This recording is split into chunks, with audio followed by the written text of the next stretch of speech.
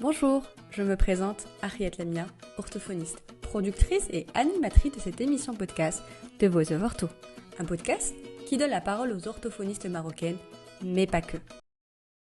Bonjour Sophia. Bonjour Lamia. Comment vas-tu? Je vais très bien, merci et toi? Ça va super.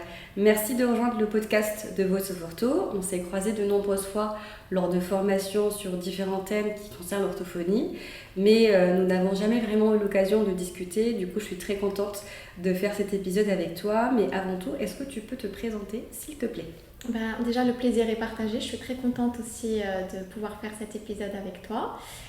Et donc, je m'appelle Sofia Brada, je suis orthophoniste en exercice sur Casablanca depuis une dizaine d'années maintenant. J'ai été diplômée en 2013 et je suis actuellement installée en libéral, donc dans mon propre cabinet depuis quelques années déjà. Et j'ai aussi une double casquette puisque j'enseigne aussi à l'université plusieurs modules pour les futurs orthophonistes. Et on va dire qu'après avoir exploré les différentes facettes de ce métier, notamment en intervenant auprès d'IME et de classes spécialisées, j'ai décidé d'approfondir un peu plus mes compétences dans le domaine de l'autisme. Donc j'ai obtenu un diplôme universitaire spécialisé et je me suis aussi formée j'ai bénéficié de formations plus spécifiques comme l'ABA et bien d'autres que j'utilise dans ma pratique. Effectivement, je vois que l'autisme, il y a plus d'orthophonistes qui vont vers ce secteur-là, ce type de troubles. Je pense parce qu'il y a beaucoup de demandes aussi. Il y a des diagnostics qui se font de manière, on va dire, beaucoup plus précoce, contrairement auparavant. Donc du coup, la demande, elle est plus ciblée par rapport à ça, notamment aussi à tout le travail qui se fait sur les réseaux sociaux, au niveau des informations. Il y a beaucoup plus de choses qui circulent sur l'autisme, donc du coup, les gens sont beaucoup plus conscients de ce trouble-là et ils s'orientent beaucoup plus vers les orthophonistes. Donc je trouve que c'est quand même très important de se former parce que c'est des types de prise en soins qui sont relativement spéciales et qu'on n'a pas vraiment le droit à l'erreur, gérer ça comme ça. Qu'est-ce que tu en penses? Je suis tout à fait d'accord avec toi, Lamia. C'est vrai qu'aujourd'hui, les formations sont beaucoup plus accessibles et pour tous. Et continuer à se former après avoir obtenu son diplôme en orthophonie, parce qu'il faut le dire, c'est des études qui sont relativement courtes. Donc c'est nécessaire de continuer à privilégier la formation continue pour répondre plus efficacement justement aux besoins des patients et des familles. Alors j'ai une autre question, j'aimerais savoir, j'aime beaucoup poser cette question-là à toutes les collègues ortho, parce que pas mal d'entre nous ont eu peut-être des formations différentes ou ont eu un autre métier avant de se lancer l'orthophonie. Du coup, j'aime beaucoup poser cette question-là. Et ma question, du coup, c'est comment est-ce que tu t'es retrouvée en orthophonie? Alors, moi, c'était pas du tout ma vocation au départ. Après, ce qui était sûr, c'est que j'ai toujours voulu faire un métier où j'allais pouvoir être au contact de l'autre, pouvoir aider, vraiment un métier où je pourrais donner de ma personne et me sentir un peu utile entre guillemets. Et à côté, j'ai quand même eu la chance d'avoir des parents qui m'ont poussée vraiment à poursuivre des choses que j'aimais et donc ils m'ont un peu aidée à me diriger vers une voie où où je pourrais être indépendante et pouvoir trouver vraiment un bon équilibre entre ma vie pro et ma vie perso. Et donc du coup, j'ai entamé des études dans le paramédical et pour l'anecdote, au début, j'étais partie pour faire de la psychomotricité. D'accord. Ouais. C'est ce que je voulais faire. Donc au début, on avait un tronc commun en fait. Et au semestre suivant, il a fallu choisir en fait si on voulait faire orthophonie ou bien psychomotricité. Du coup, je vais en psychomotricité comme c'était prévu. Et là, je sais pas pourquoi, contre toute attente, j'arrive pas du tout à accrocher avec les premiers cours. Pourtant, c'est ce que je voulais faire. Alors attention, c'est un métier que je respecte beaucoup. Nos collègues psychomotes font du bon boulot, faut le dire. Mais je sais pas, je crois qu'il y avait quelque chose avec ma personnalité à ce moment-là qui collait pas. Et du coup, j'ai eu la chance qu'on accepte de me faire switcher quelques jours après en orthophonie. Et là, dès les premiers cours, je me suis dit, ouais, c'est exactement ce que je veux faire, c'est là où j'ai envie d'être. Et honnêtement, j'ai jamais regretté, jamais. Et je peux dire vraiment que je suis épanouie dans ce que je fais aujourd'hui et que vraiment mon métier, c'est ma passion. Ça se sent et ça se voit surtout. C'est vrai que par rapport à ça, moi, je trouve que c'est super quand même de proposer un tronc commun parce que moi, quand j'ai fait ma formation, il fallait choisir dès le départ ce qu'on voulait faire. On n'avait pas forcément cette option-là, mais je trouve que c'est bien parce que avoir son diplôme, son baccalauréat juste après, choisir une carrière, je trouve que c'est un petit peu trop tôt et difficile de faire un choix et d'être sûr surtout de son choix. Donc je trouve que c'est une bonne approche de proposer justement un tronc commun et par la suite pouvoir choisir. Et j'ai une petite question par rapport à l'orthophonie. Est-ce que tu te vois faire ce métier jusqu'à un âge relativement avancé, jusqu'à la retraite, on va dire ça comme ça? Honnêtement, oui. Je suis quelqu'un, j'adore être dans le mouvement, je suis plutôt active, j'ai besoin de faire beaucoup de choses à la fois, de me sentir utile, donc j'ai pas du tout pour projet d'arrêter très vite l'orthophonie, quoi. Ok, super. Alors, on parle souvent de prise en soin, de projets thérapeutiques, de guidance parentale, mais pas assez de l'alliance thérapeutique. Comment est-ce que tu pourrais, toi, définir l'alliance thérapeutique? Déjà, je suis très contente qu'on puisse parler de ce sujet-là. C'est vrai que, comme tu dis, on n'en parle pas assez de l'alliance thérapeutique, alors que en réalité, c'est la base de toute prise en charge. Et je ne sais pas si tu as le même ressenti, mais j'ai l'impression que l'alliance thérapeutique, c'est quelque chose qu'on range dans une petite case, qu'on met à côté en pensant que c'est un bonus ou bien un plus. Et en se disant, bon, on a un protocole à suivre, on le suit, et si le lien se crée entre-temps, tant mieux, sinon on continue, ou pas d'ailleurs. Et alors que vraiment, ça devrait être un point de départ essentiel avant de démarrer quoi que ce soit. Et c'est vrai, tu l'as dit, on parle beaucoup plus de guidance parentale. C'est une chose qui est très importante aussi. C'est deux choses en fait qui sont complémentaires, certes, mais qu'il faut distinguer. La guidance parentale, c'est plus tout le contenu qu'on va transmettre du coup aux parents, de toutes les explications qu'on va donner. C'est vraiment le fait d'accompagner le parent pour qu'il puisse accompagner au mieux leurs enfants finalement. Et l'alliance thérapeutique, c'est ce lien qu'on va venir tisser avec eux qui va permettre justement à cette guidance d'être efficace. Donc vraiment pour définir l'alliance thérapeutique, je dirais que c'est cette relation de coopération, d'écoute, de confiance entre le thérapeute, le patient et sa famille tout simplement.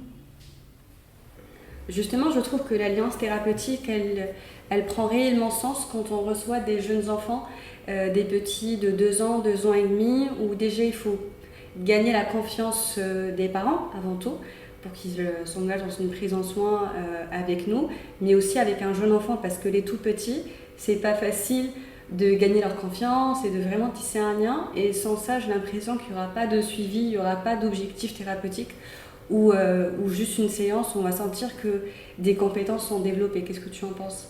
Je suis tout à fait d'accord avec toi. En fait, on ne peut pas demander à un enfant, par exemple, là tu prends l'exemple d'un enfant de 2 ans, 2 ans et demi. On ne peut pas demander à un jeune enfant de s'engager avec nous s'il ne se sent pas en confiance, s'il ne se sent pas en sécurité, s'il ne se sent pas respecté. Et donc du coup, oui, évidemment que l'alliance thérapeutique, c'est vraiment ce point de départ qui fait que tout le reste va fonctionner par la suite. Et c'est pas parce qu'on reçoit un jeune enfant qu'on est, je dirais, le mieux dans une posture, dans le sens où on sait exactement quoi proposer, quoi mettre en place. Parce que, encore une fois, il faut prendre, je pense, son intérêt, l'intérêt de l'enfant, de ce qui l'intéresse, de ce qu'il a envie de faire. Parce que si on cherche, parce qu'avant tout notre travail, nous, c'est la communication. Pour pouvoir communiquer, échanger, il faut qu'on échange sur un thème qui intéresse l'enfant. Je ne vais pas parler de choses qui ne l'intéressent pas, parce que je suis sûre et certaine qu'il n'y aurait pas de retour à ce niveau-là. Complètement. il faut vraiment que la prise en charge soit, en tout cas au début, axée vraiment sur les centres d'intérêt de l'enfant pour pouvoir susciter vraiment sa motivation et qu'il puisse coopérer. Et d'ailleurs, voilà, quand on sent qu'il y a du plaisir partagé, on sent l'enfant beaucoup plus motivé, c'est plus facile pour lui en tout cas de s'impliquer.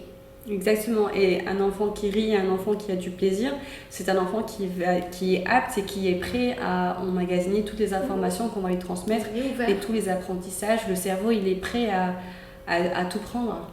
Exactement, tout à fait. L'approche EBP met justement en évidence l'importance de placer le patient au centre de la prise en soin. Et du coup, qu'est-ce qui t'a poussé, toi, dans ta pratique, à mettre ça en place, de vraiment faire tout autour de ton patient et vraiment prendre le temps de bien le connaître? Je pense que c'est venu d'abord d'une prise de conscience. On se rend rapidement compte que chaque patient est unique et que ce qui va fonctionner pour l'un ne fonctionnera pas forcément pour l'autre. Et d'ailleurs, l'approche EBP, qui est fondée sur l'épreuve, elle explique très bien. On ne suit pas juste la science. On n'est pas là pour soigner un trouble, mais vraiment pour accompagner la personne tout en trouvant un équilibre justement entre les 4 piliers qu'on retrouve dans cette approche-là. Donc, on le rappelle quand même, il y a toutes les données probantes qui sont liées à la science, notre expertise en tant que clinicien aussi qui est importante, les préférences du patient et tout le contexte aussi environnemental qui va avec. Et je dis souvent que c'est comme une table à 4 pieds, tu enlèves un des piliers, et tu te retrouves avec une table un petit peu bancale, c'est ça, complètement. C'est quelque chose de très important de pouvoir prendre vraiment en compte tout ça.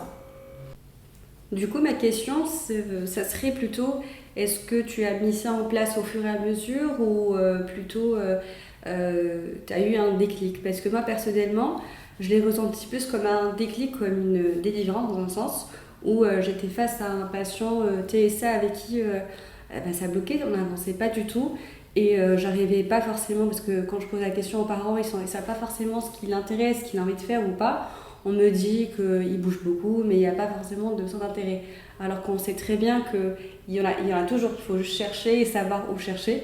Des fois, ce n'est pas forcément quelque chose qui est, on va dire, un jeu réel, quelque chose de concret, mais ça peut être des sensations, ça peut être réellement sensoriel. Et du coup, je laisse un peu plus de liberté aux patients, j'observe, je regarde et j'adapte par rapport à ça. Même chose pour les termes aussi. Je trouve que dernièrement, je fais beaucoup attention. Je fais pas mal de séances avec les parents également parce que le vocabulaire de chaque famille, il change. Et du coup, mon vocabulaire à moi ne fonctionne pas forcément avec ce patient-là. Et du coup, ça peut créer des difficultés de communication dans un sens. Même pour moi de le comprendre, parce que peut-être à la maison tu utilises des termes que moi je ne connais pas forcément, et vice versa. Et du coup, je trouve que ça m'a vraiment permis de me dire ok, en fait, il faut que je sois un petit peu plus flexible, que je suis un petit peu moins cadrée, rigide, parce que inconsciemment tu te retrouves dans ça, parce que quand on apprend en orthophonie en école, ce qu'on nous dit, ce type de patient, trouble d'articulation, tu fais ça, puis ça, puis ça, puis ça. Donc on est un petit peu conditionné au sens où il y a un protocole qu'on suit. Mais une fois arrivé dans le terrain, tu te dis ok, je suis face à un être humain, je ne peux pas vraiment faire tel que je l'ai imaginé, mais je dois vraiment créer un projet thérapeutique qui soit adapté par rapport aux besoins et surtout par rapport à la demande de la famille. Mais c'est exactement ça en fait, ce qui est expliqué dans l'approche EBP.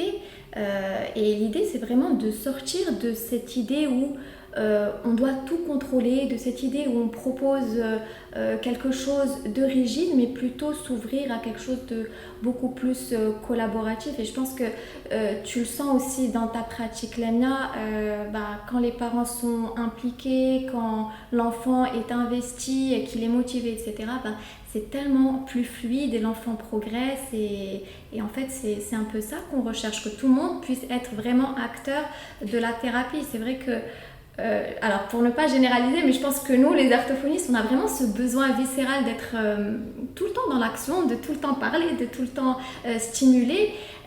Et je pense que des fois, c'est important de prendre un petit peu de recul et, comme tu as dit, d'être justement un peu plus dans l'observation, plus dans l'écoute pour pouvoir ajuster au mieux. Et justement, toi qui es formée ABA, je trouve que la partie du pairing est super importante parce que c'est un exercice qui n'est pas facile du tout, dans le sens où on laisse une liberté à l'enfant, on ne donne aucune consigne, on observe, et du coup je trouve que c'est un exercice qui est un petit peu compliqué. Est-ce que déjà j'ai raison? C'est comme ce que je t'ai dit, c'est vrai que nous, en tant qu'orthophonistes, on a tout le temps besoin de parler. Et moi, c'est vrai que être formée en ABA, il y a beaucoup de choses qui ont changé quand même dans ma pratique. Alors, à condition bien sûr de l'utiliser intelligemment. L'ABA, c'est pas que renforcer des consignes, hein, c'est vraiment aussi mettre au centre de la prise en charge vraiment les intérêts de l'enfant et vraiment pour qu'il puisse être motivé. Donc oui. Je suis complètement d'accord avec ce que tu dis. Et justement, par rapport à ce que tu viens de dire, je répondis dessus dans le sens où des fois, ce qui va se passer quand je vais mettre en place l'ABA de manière, on va dire, très rigide, pas forcément adaptée, ce qui arrive souvent, et j'en ai des cas comme ça, où par exemple l'enfant il est capable d'utiliser les demandes, il est capable de formuler une demande, mais il ne va pas forcément généraliser ce comportement-là parce qu'on lui demande de faire des demandes de choses qui ne l'intéressent pas. Ou par exemple, des fois, j'avais une maman qui me disait il me demande que certaines choses. Quand je lui demande de faire autre chose, il va le faire par imitation, mais il ne va pas le faire parce qu'il a envie. Je lui dis c'est normal, madame, pourquoi il va vous demander quelque chose qu'il n'a pas envie d'avoir? C'est tout à fait logique. Et du coup, effectivement, le fait, je pense, de déjà mettre au centre l'intérêt de l'enfant et vraiment créer un lien et vraiment comprendre toute la dynamique de la famille, de ce qui se passe au niveau de son entourage et tout, ça permet justement de généraliser pas mal de comportements et surtout de diminuer, je pense, le nombre de séances qu'on va effectuer parce que les compétences, elles sont tout de suite mises en place à la maison et de manière naturelle sans forcément se mettre en place des choses. Et ce que je dis aussi aux parents, je rajoute une autre information, c'est que je leur dis essaie de considérer ce moment-là comme un moment de jeu ou d'échange. C'est pas je vais travailler avec mon enfant, moi je dis souvent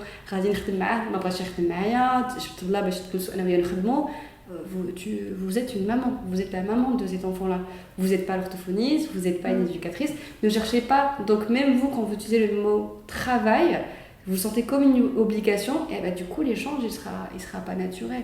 C'est ça, tu as pris l'exemple du travail avec un enfant TSA et justement du souci pour qu'il puisse généraliser ses compétences, parce qu'en soi, quand on a un parent qui nous dit si l'enfant sait faire ça avec telle ou telle personne, nous, ça ne nous intéresse pas en fait que l'enfant sache faire juste avec l'orthophoniste ou juste avec le parent ou l'AEH.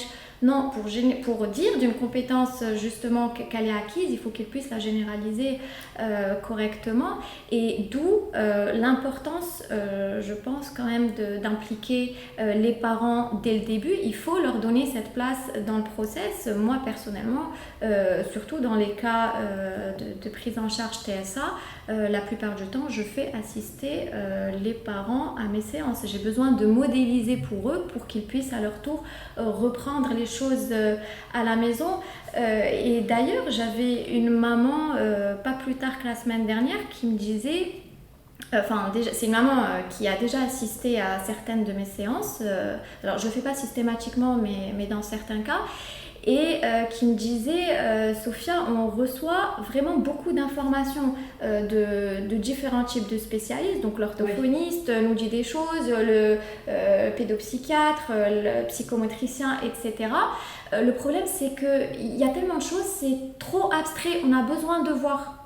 Voilà, d'où vraiment l'importance de les faire entrer avec nous en séance quand c'est nécessaire pour qu'on puisse leur montrer en fait exactement comment procéder, comment reproduire et corriger s'il y a besoin par moment. Ce que je fais aussi, c'est que des fois je leur demande de ramener un jeu ou un objet de la maison où justement, surtout quand je crée des TLA, je fais pas mal ça avec les familles et du coup créer un TLA qui sera spécifique à une activité bien précise qu'ils ont à la maison, parce que j'encourage, ce qui arrive souvent pour les parents, ils ont envie de bien faire et ils demandent souvent qu'est-ce que je dois acheter comme matériel, qu'est-ce que je dois acheter comme jeu.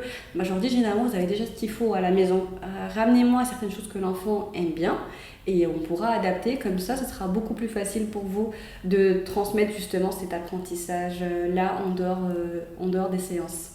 Et généralement, vraiment, on travaille ensemble parce que parfois, moi, il m'arrive de poser la question pour essayer de faire une sorte d'inventaire, voir un peu ce que l'enfant aime. J'essaye de faire ça un peu en amont.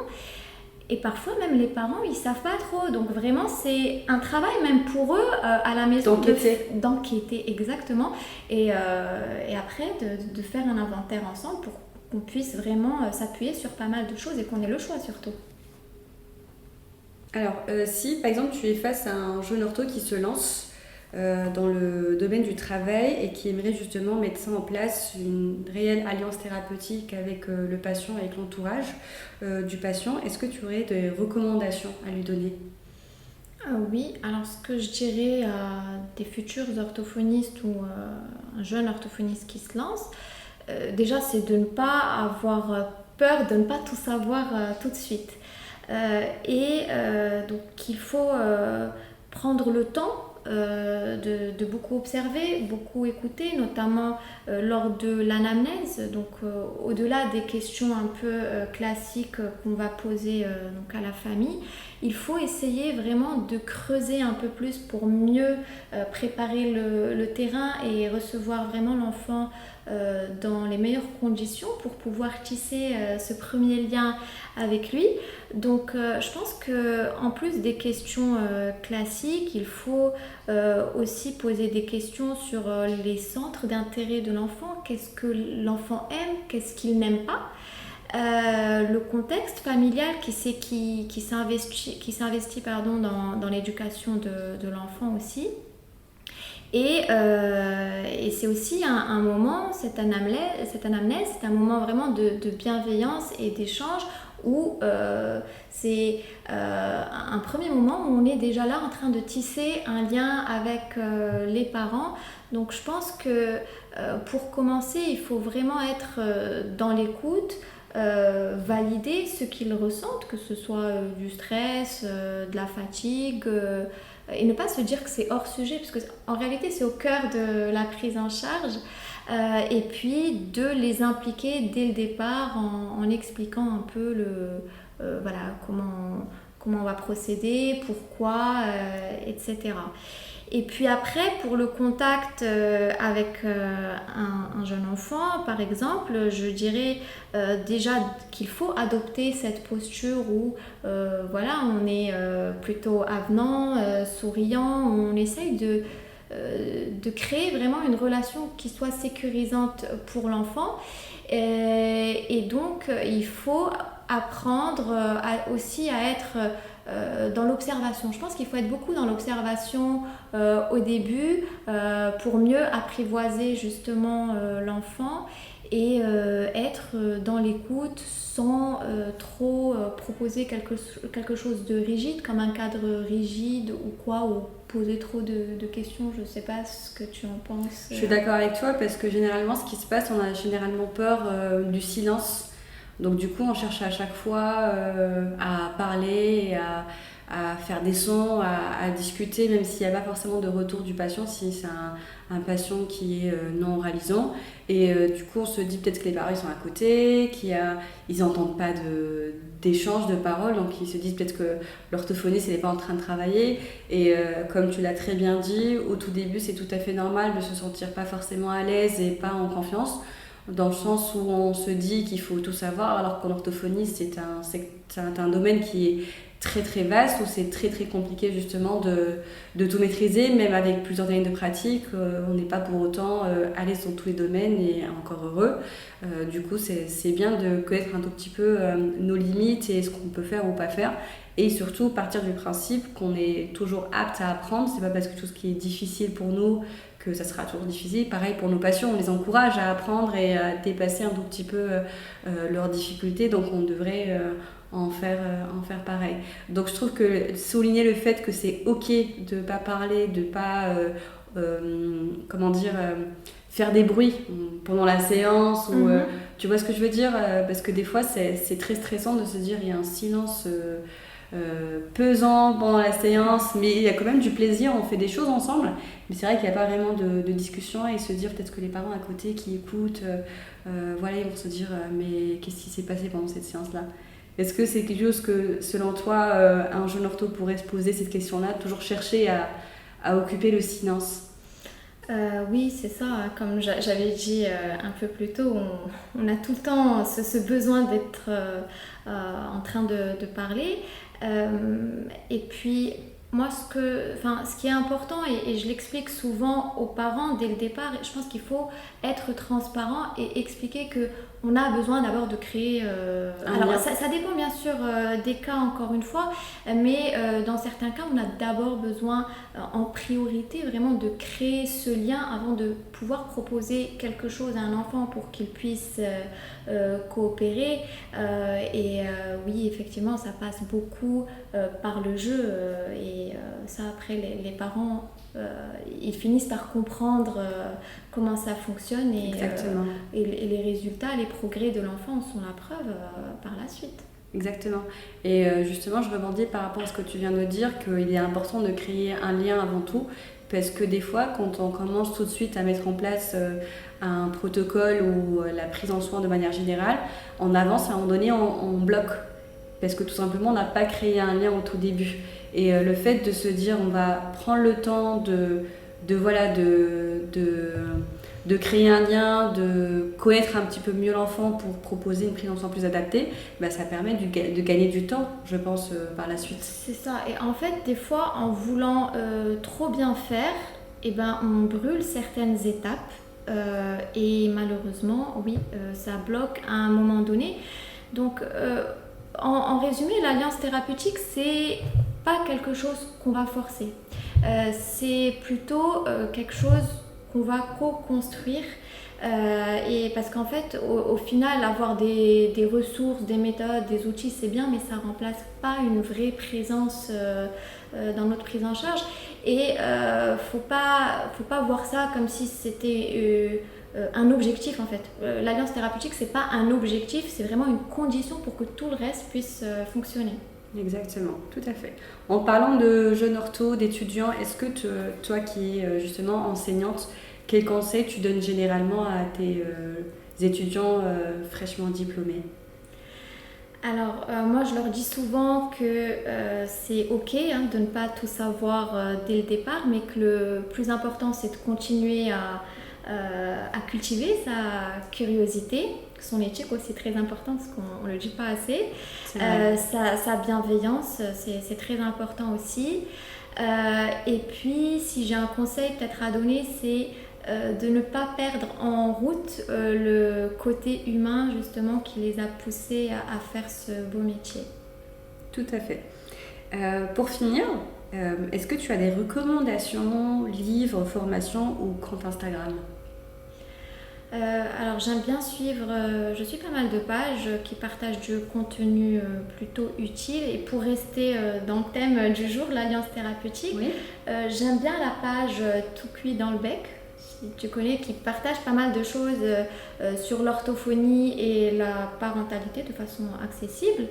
Et il y a aussi Ortho, mais pas que j'aime bien, qui parle justement de façon très juste de notre posture en tant qu'orthophoniste et de l'alliance thérapeutique justement. Après, il y a certainement plein d'autres pages que je n'ai pas citées. Et voilà, de mon côté, je partage aussi pas mal de choses sur mes réseaux. Je partage un peu mon approche. Voilà, je prépare pas mal de choses pour la rentrée en septembre, notamment des ateliers pour les orthos. Oui, toujours pour les orthophonistes. D'accord. Et ça sera à peu près sur quel thème? Ce sera sur l'autisme généralement? Très certainement. Très certainement sur l'autisme et autres et bien d'autres. Ok, super. Je te remercie énormément. Merci à toi, Lamia. C'était un réel plaisir. Ouais, c'était un plaisir. Pareil, plaisir partagé.